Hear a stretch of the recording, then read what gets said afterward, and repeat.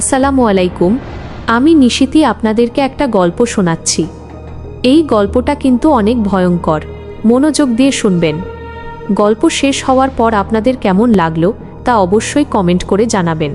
আর হ্যাঁ, আপনাদের কাছেও যদি কোনো এমন ভয়ঙ্কর ভূতের গল্প থাকে তবে সেটি আমাদের কাছে পাঠিয়ে দিন। আপনাদের পাঠানো গল্প আমাদের এই চ্যানেলে বলা হবে। লাইব্রেরির শেষ পাঠক। শহরের কেন্দ্রস্থলে দাঁড়িয়ে আছে পুরনো সরকারি লাইব্রেরিটি। এর ভেতরের সবচেয়ে পুরনো এবং দুর্লভ বইটি হল ইতিহাসের নীরব সাক্ষী। গুজব আছে এই বইটির প্রতিটি পাতায় এককালের গ্রন্থাগারিক পরেশবাবুর আত্মা আটকে আছে। পরেশবাবু তার জীবনের শেষ দিন পর্যন্ত বইটিকে পাহারা দিতেন এবং তার ইচ্ছা ছিল কেউ যেন এই লাইব্রেরি ছেড়ে না যায়।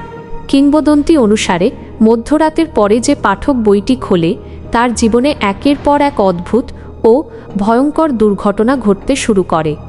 আমাদের গল্পের নায়ক তরুণ গবেষক শুভ্র, তিনি এই কিংবদন্তিকে হেসে উড়িয়ে দেন। একদিন রাতে একটি জরুরি রেফারেন্সের জন্য রাত 12টা বেজে যাওয়ার পরও তিনি সেই দুর্লভ বইটি হাতে নেন।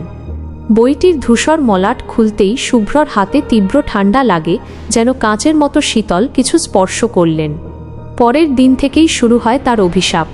প্রথমে ছোটোখাটো সমস্যা। সকালে ঘুম থেকে উঠেই দেখেন তার প্রয়োজনীয় গবেষণাপত্রগুলি উধাও। তার কফি মগটি হঠাৎ হাত ফসকে পড়ে গিয়ে গুরুত্বপূর্ণ লেখার উপর ছিটকে পড়ে, সব নষ্ট হয়ে যায়। কিন্তু ধীরে ধীরে দুর্ঘটনাগুলি আরও মারাত্মক হতে থাকে। তিনি যখন গুরুত্বপূর্ণ কাজে বের হন তখন তার গাড়ির ব্রেক অপ্রত্যাশিতভাবে ফেল করে অল্পের জন্য বড় বিপদ থেকে রক্ষা পান। তার পরিবারের সদস্যরা অপ্রত্যাশিতভাবে অসুস্থ হয়ে পড়েন, যার ফলে শুভ্রর কাজ থেকে মনোযোগ সরে যায়। মনে হয় অদৃশ্য কোনো শক্তি যেন বারবার তাকে লাইব্রেরির দিকে টেনে নিয়ে যেতে চাইছে, যাতে তিনি বাইরেকার জীবন ছেড়ে কেবল পড়াশোনাতেই ডুবে থাকেন। এক রাতে শুভ্র লাইব্রেরিতে ফিরে আসেন বইটি ফেরত দিতে। বইটি টেবিলে রাখতেই তিনি স্পষ্ট শুনতে পান ফিসফিস শব্দ, ঠিক যেন পুরনো পাতার খসখস আওয়াজ। তিনি দেখেন বইটির একটি ফাঁকা পাতায় নতুন করে কালির আঁচড়ে লেখা হয়েছে, তুমি আমার শেষ পাঠক, তোমার জায়গা এখন শুধু এই নীরবতার মাঝে। আতঙ্কে শুভ্র পালানোর চেষ্টা করেন, কিন্তু দেখেন লাইব্রেরির সমস্ত দরজা জানালা ভেতর থেকে বন্ধ। তার শেষ চিৎকার রাতের স্তব্ধতাকে খান খান করে দেয়।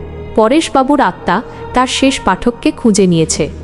সেই থেকে শুভ্রকে আর কেউ লাইব্রেরির বাইরে দেখেনি, আর লাইব্রেরির শেষ পাঠক হওয়ার অভিশাপ নতুন করে কেউ নিতে সাহস করেনি।